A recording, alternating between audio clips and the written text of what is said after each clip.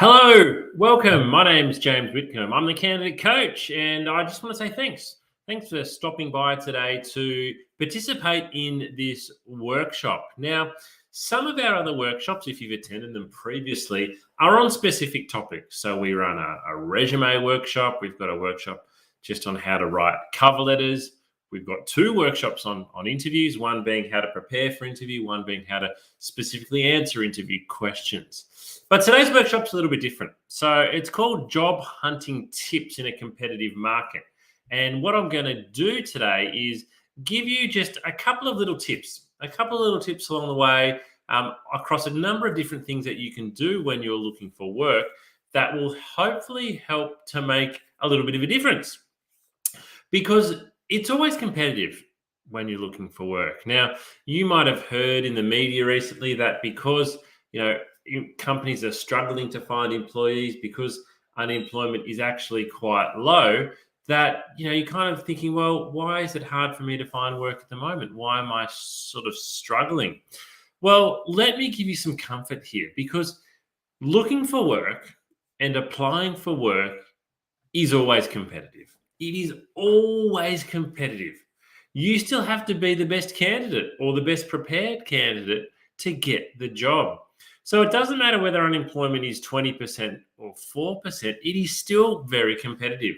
The difference is you're just not as competing with as many people. But it's not like you're not competing with anybody. For some of the roles that we've recruited at Smart Recruitment, where I'm a director, previously we might have got 100 applications or 200 applications. Now we're getting 40 or 50 instead.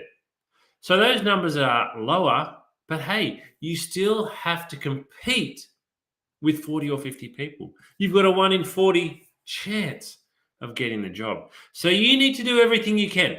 You need to do every little thing you can to increase your chances and increase your advantages of getting the job. So let's get stuck into it. I'm going to share my screen with you. If I do look today like I'm glancing over to the right, that's because that's where my presentation screen is. So as I said, job hunting tips in a competitive market. Let's find out what we need to do to really stand out in a competitive marketplace. Before we get stuck into it though, just a couple of housekeeping things. If I do drop out for any reason today, please stay on the line and wait for me to rejoin. It doesn't happen very often, but it might. Ask lots of questions, particularly if you're on one of our partner sites. We've got the chat function there, or if you're watching via our YouTube, Facebook, LinkedIn, or Twitter stream, you can ask questions and we'll respond to them in live time. But also take lots of notes. So if something stands out to you today, remember how it stood out for you the first time that you heard it. Write it down, go away and put it into action. And as always, you can watch a copy of today's workshop. We're coming to you live. The workshop will be on our YouTube channel as soon as it's finished, and you can watch it again, or you can share it with family and friends who might be looking for work as well. A little bit about me, your presenter, James Whitcomb. So who am I? Well, as I mentioned before, I'm also a director at Smart Recruitment. So we're an award-winning recruitment agency, and I've been working in recruitment since 2005. Over that time, I've conducted over 3,000 interviews and over 600 group assessments, placing well over 1,000 people into work. So that's my background. That's why I'm coaching you and running this session today. And launched the Candidate Coach, the platform that we're meeting on today, in December 2019. Alrighty. 10 job hunting tips in a competitive market. I've actually thrown in an 11th one this morning. So it's actually going to be one more than you can see on the screen there. But we're going to go through 10 tips. So it's not a long workshop today. It's certainly not going to take us an hour to get through these. Some of them are quite quick, but hopefully amongst these 10 or 11 tips, there's one or two you haven't been doing. And if you can then go and do them, it's going to increase your chances of getting the job. All right. Tip number 1, find a connection and use your network. So let me ask you something. Think about the last couple of jobs that you've been applying for. Do you know anyone that works at the company where you are applying to?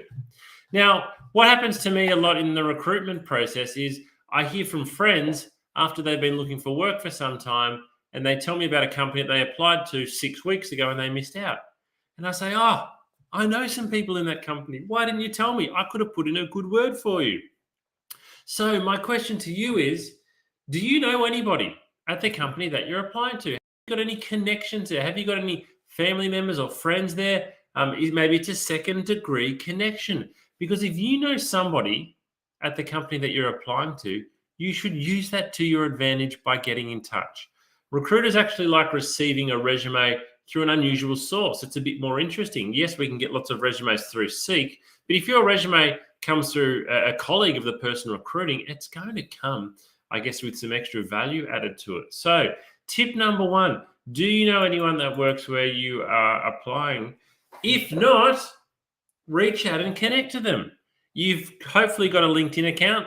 Our last workshop was actually on LinkedIn, and we talked about the importance of having a great LinkedIn profile, and we showed you how you can create a great LinkedIn profile. So if your LinkedIn profile is not great, go and get it ready, but then reach out. If you can connect with that person, do so, but do so in a way that makes you stand out.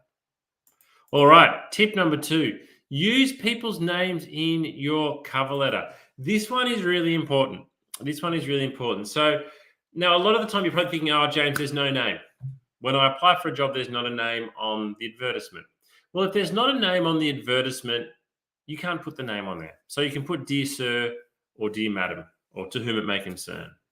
However, you also could pick up the phone and call that company and say, hey, I'm about to apply for the accounts receivable position. Would you mind just telling me who I should address my cover letter to? Now, if that person who's reading the applications gets 50 resumes and 50 cover letters, and just one of them includes their name because you've called reception and asked, guess what? That means something. The person reading those 50 cover letters thinks, hey, there's one person here that's got my name. How did they get my name? And they're actually probably going to notice your application a bit more closely. Maybe they'll even just call you to find out how you found out their name. But it will show them that you're putting in some effort. So use people's names. If they are on the advertisement, fantastic. You've got it easy. You've just got to put Dear James into the cover letter. But if you include the person's name in the cover letter and also throughout the interview process, people are more likely to remember what you said. Now, we actually love it. Human psychology is we like it when our name is used in a positive sense. In a positive sense, when it's a parent telling off a child using their names, come here, Benjamin, it's maybe not a positive connotation. But if someone writes a letter to me or a cover letter that says, Dear James, I'm much more impressed than if it says, Dear Sir or Madam. All right.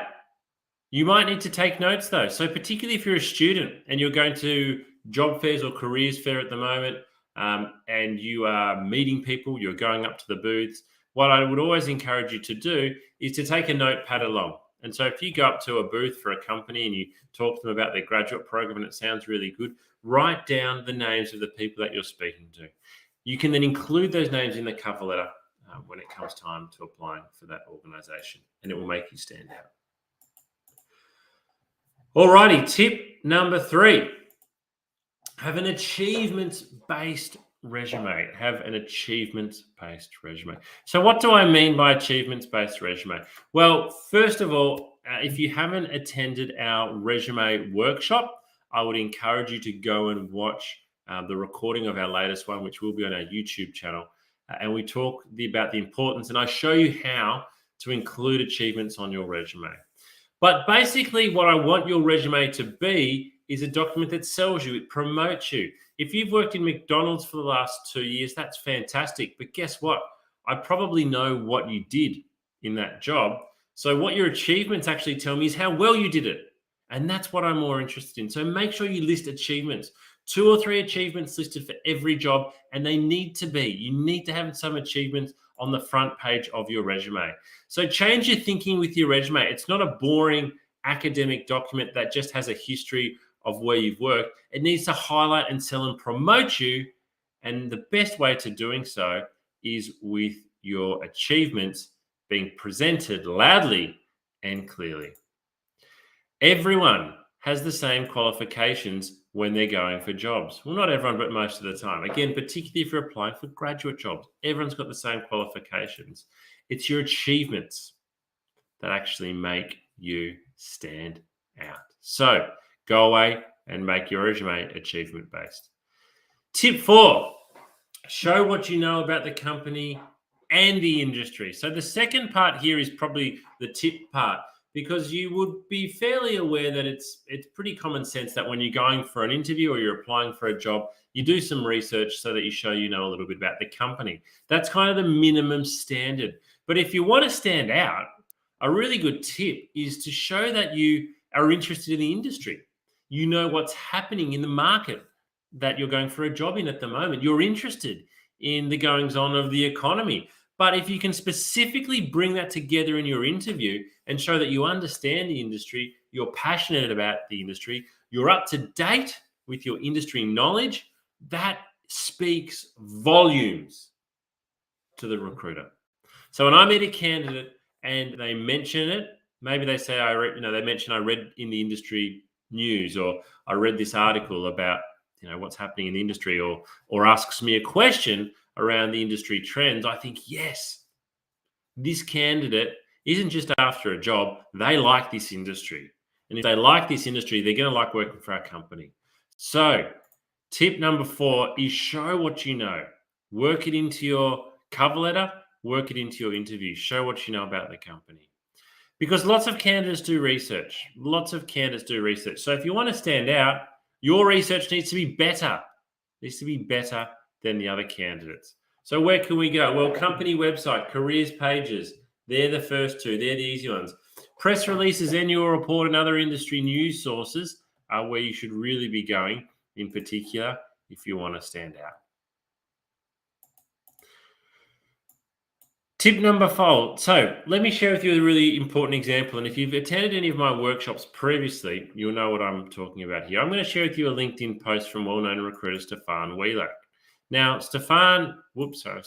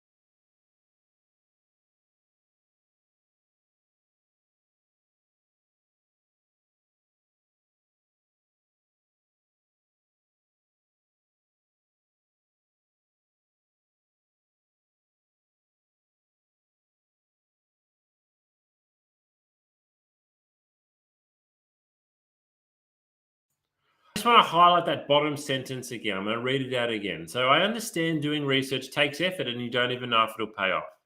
However, that's exactly what other candidates do to get the job. And they're the ones you are competing with right from the beginning of your application. So if you don't want to do the research, that's fine. But you are competing against candidates who do a lot of research. Okay, tip number 5. What tests will you be taking? What tests will you be taking? What assessments are you going to be asked to complete? What do previous candidates have to say? Now, you can find out a lot of this information online. If you go to a website like Glassdoor or a couple of other platforms, particularly for large corporate companies, banks, and the like, candidates actually review the recruitment process. They will talk about the types of assessments they did.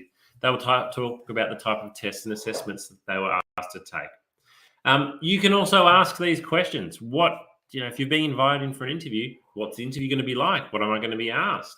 What tests am I going to take? When you know what test you're going to take, you can go away and you can research it.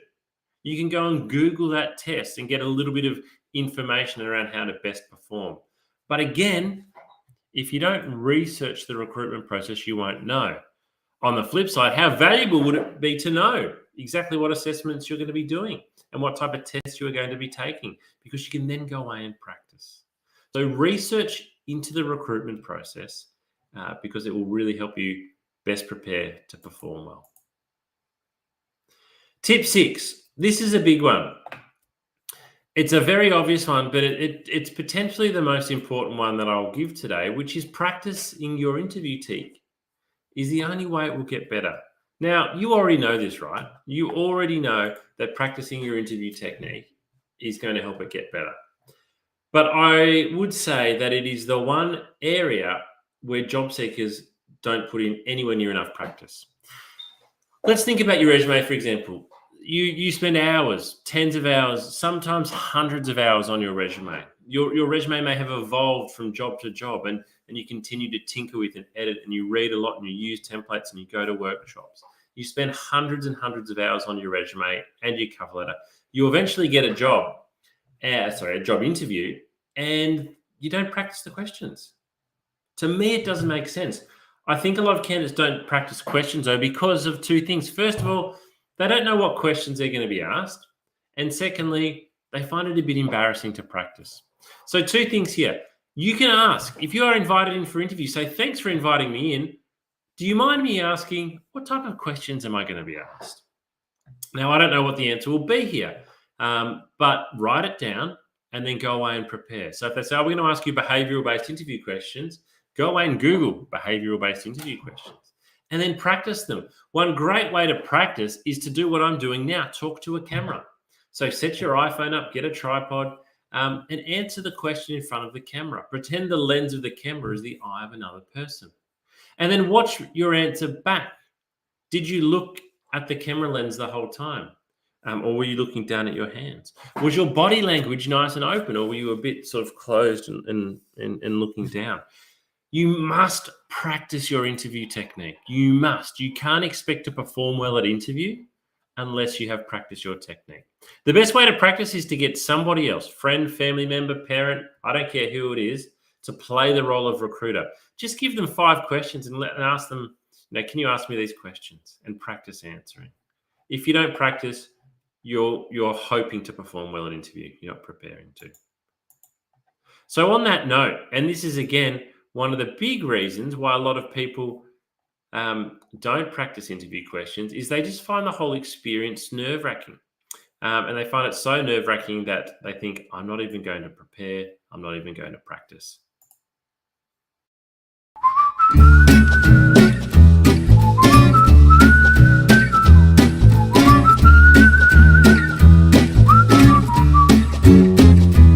Thanks for joining us at The Candidate Coach, Dr. Barker.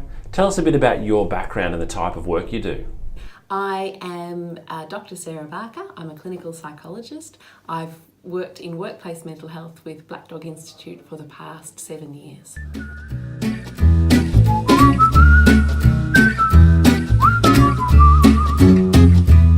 Dr. Barker, why is it common to feel nerves when going for a job interview? We commonly feel nervous, and I would say most people feel nervous when going for a job interview because we feel a lot depends on it and that we're going to be evaluated as well. So nerves are a very, very common response. It's really important to remember that the person who's doing the recruiting also feels nervous as well because they want to get the right person, and they're also aware that they're expecting people to come in feeling nervous as well. They know that that's a common human experience.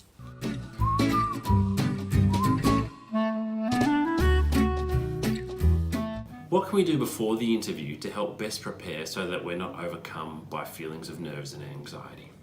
To best prepare ourselves to avoid some of those feelings of anxiety and nerves before an interview, firstly is to accept, I think, that they're going to be there. And actually, a few nerves are actually helpful. They help us give our best performance, give our best answers, think the best on the spot. So accepting that there's going to be a level of nerves is okay. But I think also probably an hour beforehand or the morning before the interview, really practicing some breathing strategies, whichever is your favourite breathing strategy, to calm those nerves down, calm the system down, calm the breath down, and allow your body to relax as much as it can into the interview. I also think preparing answers and having a practice in front of the mirror of some likely answers that are going to be, or likely responses to questions that are going to be asked, can be very, very reassuring, because often the questions we predict are there. And even on the internet, there are usually lots of questions for any job that are typical questions that you can then prepare a brief response reflecting on your experience beforehand. So it's not such a test in the moment then, because you've got some preparation behind you. The other thing I think too is reminding yourself, I've got this far and this is a good thing. And, they're interested in getting to know me. I'm also interested in getting to know them, and concentrate on the relationship too and enjoy the relationship as much as you can. They're usually going to try and put you at ease so that they can see how you respond as well.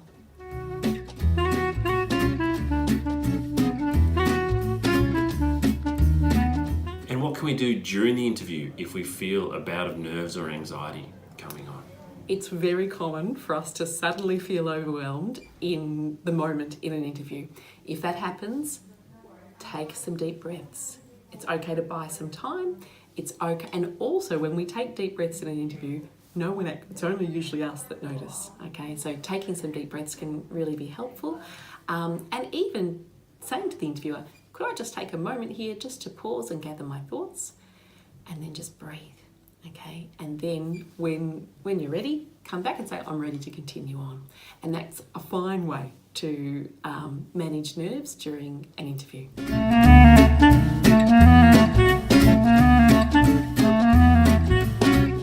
One tip that I think is a really useful one is to have a practice of your responses to the likely questions in front of the mirror.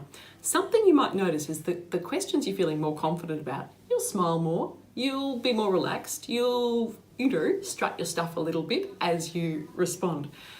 You'll notice too, the questions you feel less confident about, you might stop smiling or your face might change. Those questions are the ones you need to practice a little bit more at, and remind yourself of your confidence with that, or prepare your answer so that you do feel more confident, because your face will actually tell you in the mirror, and that can be good preparation for the actual interview of knowing where to focus on in feeling more strong in your responses.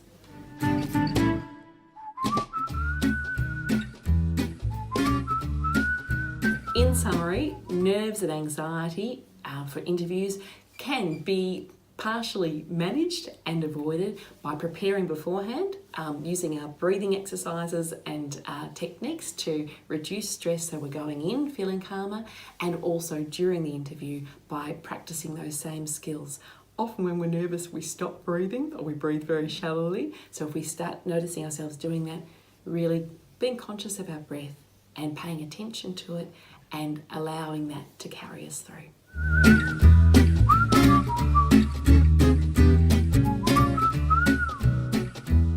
Thanks for watching today, and we hope this has helped you best prepare for your next job interview. Good luck.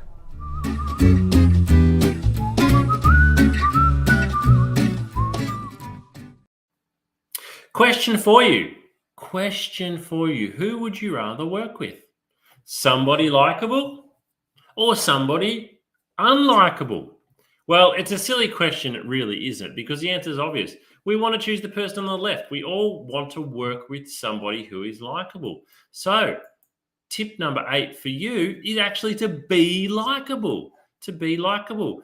When you're going for a job interview, the person that's interviewing you is potentially thinking to themselves, do they want to work with you? This job might be sitting next to them. So they're thinking, do I want to sit next to this person for 8 hours a day, 5 days a week, 48 weeks of the year, the next 3 years? Do I actually want to do that? Is this person coming across as a type of person I want to be around? Now, it doesn't sound very technically appropriate for a job interview, does it, to be likable? But we are all humans. It's within our nature to feel like this. So you need to be likable simply because it will increase your chances of getting the job. Tip number 9. Tip number 9. Ask great questions. Ask great questions. I talked before about the importance of going away and doing some research into your industry and company. Use that research to ask questions, because at the end of every interview, the person's going to say to you, do you have any questions at all for me? Now, when I ask that to a candidate, do you have any questions at all for me? If they say, oh, no, you've answered everything that I wanted to know, I think that's really bad. That's really bad. You should have come prepared with a couple of questions. So what I recommend is to write down 6 questions, and you can take them written down. You wouldn't ask 6 questions, but you want 6 written down, because if you only take 3 and a couple of questions are answered, you'd be stuck with nothing. So prepare in advance some questions, but into those questions, work your research into them. So if you've gone away and researched the company and you've found some interesting information, base one of your questions around that information. You're using that question to show off a little bit, to show you've done some research, but it will make the recruiter think, wow, this person's really done their research. And that's a great question. I actually am really impressed when a candidate can ask me a question that I don't know the answer to, because they've done more research than me. Don't ask about the salary or the location. Don't ask those basic things. Use this as an opportunity to really stand out. Tip number 10, positive, responsive communication. I cannot tell you how often it is difficult for me to reach a candidate. I will be calling candidates today who have applied for a job yesterday who won't answer their phone and won't call me back. Make sure you have an active voicemail. Make sure I can leave you a message if you can't answer. Make sure you call back as soon as you possibly can. Answer the phone positively, professionally, and expect that that phone call is going to be from a recruiter. Show interest in the person you're meeting beyond what's on just the careers page. So ask them about themselves. Why do you like working here? Tell me a little bit about your journey. It helps to build rapport and build a connection, and it makes you more likable. Ask for honest feedback. There's absolutely nothing wrong with actually saying at the end of the interview, do you mind sharing with me how I performed today? I'd really like this job, so I'd be keen to know. If the recruiter says, oh, look, I can't, I'm sorry, I'm not allowed to, that's fine. But they might actually answer the question and give you some great insight. Either way, what you're showing is that your performance at interview is important to you, and that's because you want the job. So have a thankful attitude when you're leaving. Thanks for speaking with me today. Whether it's on the phone, thanks for speaking with me today. Thanks for meeting with me today. Thanks for taking the time to look at my application. Polite, being positive, it actually can make a big difference. All right, in tip number 11, know how to perform well on video interview. So this one is super important at the moment. Super important because the majority of interviews are being done via video.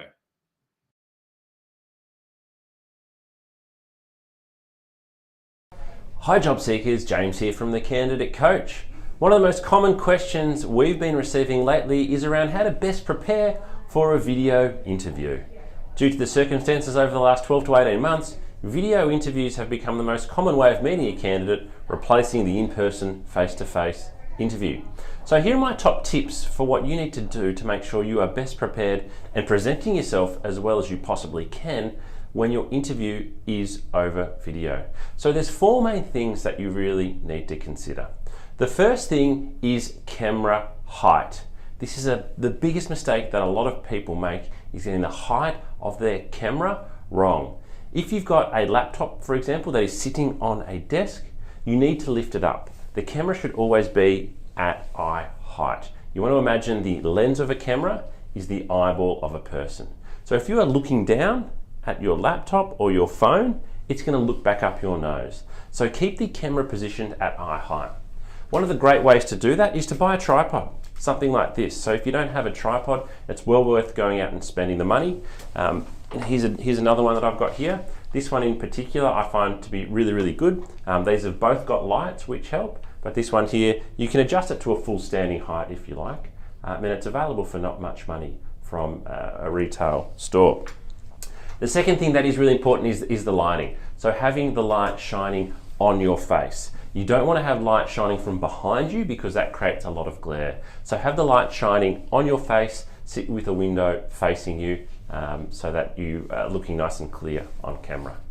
The third thing is audio. You need to be in a nice quiet space so your voice comes across clearly, so that you don't have to yell, so that the sound is not distorted. If you are using a laptop, make sure you check about the sound direction. Some microphones only record from directly in front, and if you tilt your head sideways, the audio quality can go down quite significantly. And the fourth thing is, remember to show some personality with video interviewing. A lot of people speak to a camera in a different way that they speak to a person. So again, look at the lens of the camera and imagine you're speaking to a person. Smile, talk with your hands if that's what you do, but don't look around the room. If you're nervous, don't look down at your hands. Look at the camera and give an answer as if you were giving it to a person.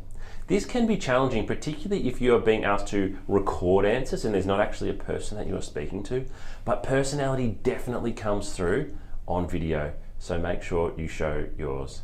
And with everything, practice. If you're not sure how you're going to present, or you think, I don't think this is going to work really well, set up your camera, hit record, and just speak to the camera. Talk, see how you look, and practice several times.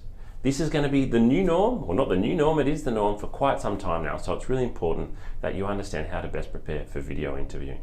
Good luck.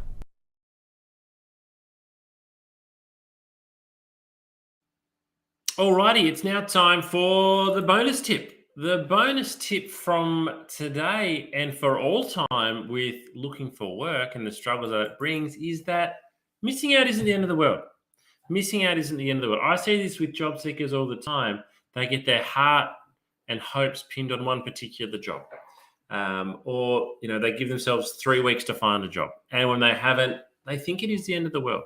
But it's not. It might mean you need to change your expectations. What I'd say is, if you're not getting close and you're not getting at least to that interview stage, you need to change something. You need to change something. So if you're sitting there today and you're watching this workshop and you have applied for literally hundreds of jobs, first of all, I really feel for you. I work with a lot of job seekers who are like that, and I understand, how upsetting it can be. But what it means is if you don't change something, the result's not going to change.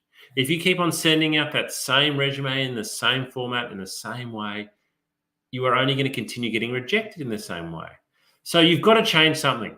Even if you change something and it doesn't work, continue to change things up. Changing your cover letter, changing your resume. Maybe it's calling up about a job. Maybe it's walking in with your resume to a retail place and dropping it off and showing how well presented you are.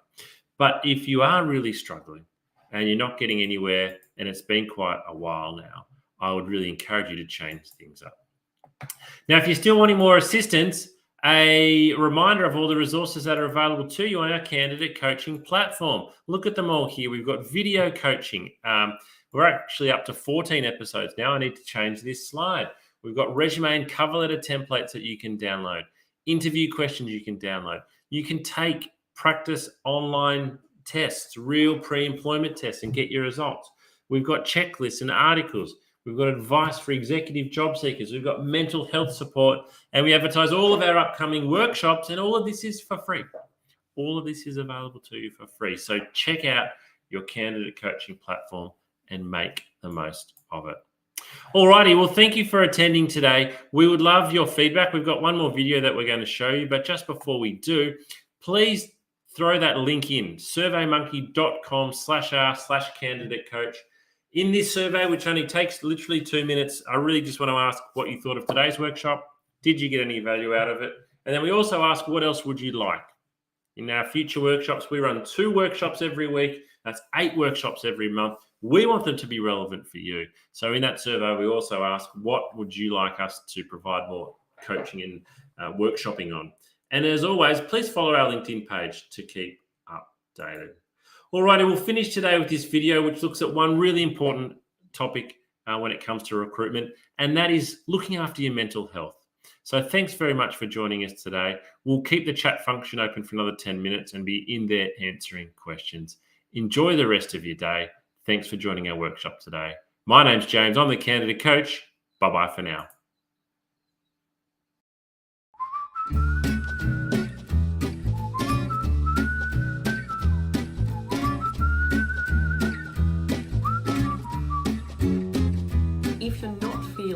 terrific at the moment and you feel like your mental well-being has taken a little bit of a dip, please remember this is not going to last forever. There's lots you can do to manage your mental health and get back on top of it.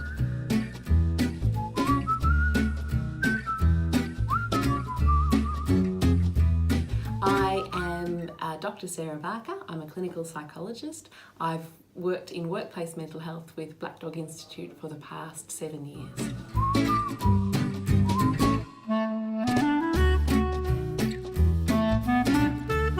I work with a lot of adults and young people, mainly with anxiety, depression, trauma as well, a range of issues, and many who are looking for work and undergoing that process of trying to find employment.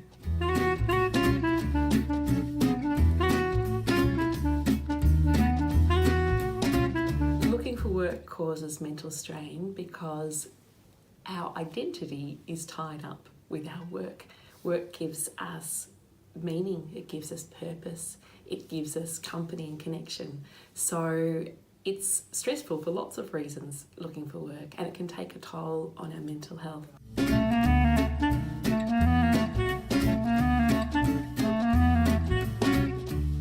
It's really important for us to be aware of the signs that our well-being and our mental health might be dropping. Probably the biggest sign is changes in behaviour. So that might be changes in the way we're thinking or talking to ourselves. We might be saying things like, who would employ me? I'll never get a job. We might be really down on ourselves and really hard and critical on ourselves when normally we're not so hard and critical. We might also, in our relationships, change our behaviour. We might be more snappy or more irritable with people that we love, that normally we might be a little bit irritable sometimes, but not irritable in that way. Losing interest in things that usually sparked us and ignited us and gave us joy. So perhaps usually we like walking the dog and suddenly we start thinking, I can't be bothered walking the dog today. That sort of thing, those changes in behaviour are really significant because they tell us that something's different, and if we're noticing, I suppose, more than one of those and it's affecting the way we feel, and this is over a period of say 2 weeks or longer, then it's a really good idea to have a chat to a GP that you trust, and find out what might be going on, have a discussion and see if there's any physical reasons for that, or if perhaps your mental health and well-being might be able to do with a little bit of extra support, and then the GP can refer you on to see a psychologist, a counsellor, whoever is most appropriate for you.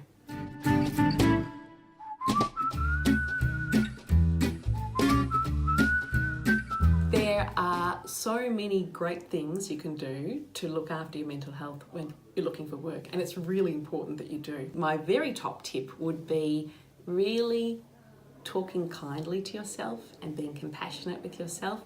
I think when we're looking for work, we can have a lot more questions like, will I ever get a job? Will I ever be employed? It can feel like this could go on forever. So being kind to ourselves and saying things like, it will work out. There will be a day, my efforts will be rewarded. It will just take time. I just need to keep trying. Reminding yourself of your strengths. And that might even be tapping into people you love and asking them what your strengths are, because sometimes it's harder to find them when our mood's a bit low and we're feeling more worried. We can be harder on ourselves. I think that routine is really, really important to our well-being. When we're looking for work, we mightn't have such a regular routine because there mightn't be a 9 to 5 start and finish time for a job, or there isn't.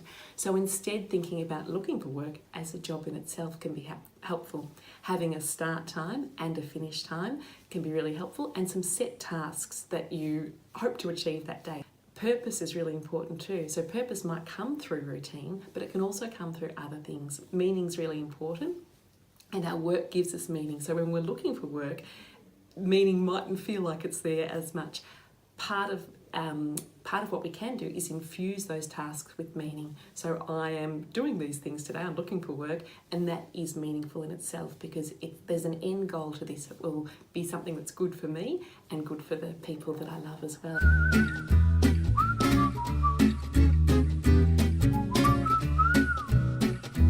Some excellent resources for looking after well-being when looking for work are the Headgear app. The Headgear app is free, it's evidence-based, it's developed by Black Dog Institute, and it is fun to use. It uses mindfulness, so a technique to really help us relax and reduce physiological arousal, which can often occur when we're feeling anxious. It's got a 30-day challenge, which is just short, bite-sized little challenges to extend your well-being and grow your well-being, and that can be really extra important when we're looking for work. There are also some really terrific resources available through the Black Dog Institute. One of them is a beautiful self-care plan that encourages you to think about your top coping tips, the things that personally work best for you, that are positive coping strategies. Another really good resource is through Beyond Blue, and they've got some excellent resources to look after mental health while looking for work, and also when people are recently out of work as well.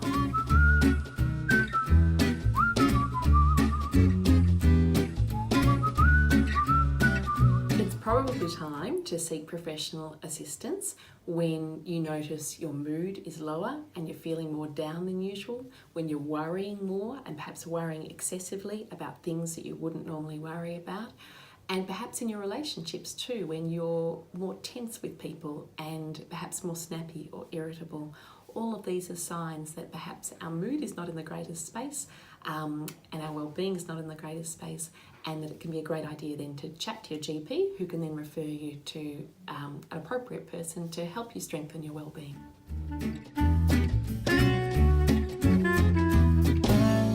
It's very common for people to have a dip, but please know that that's not going to last forever, and that there's lots you can do through looking after yourself, but also through getting access to professional support that can really give you a boost again and get you back feeling good as you're looking for work.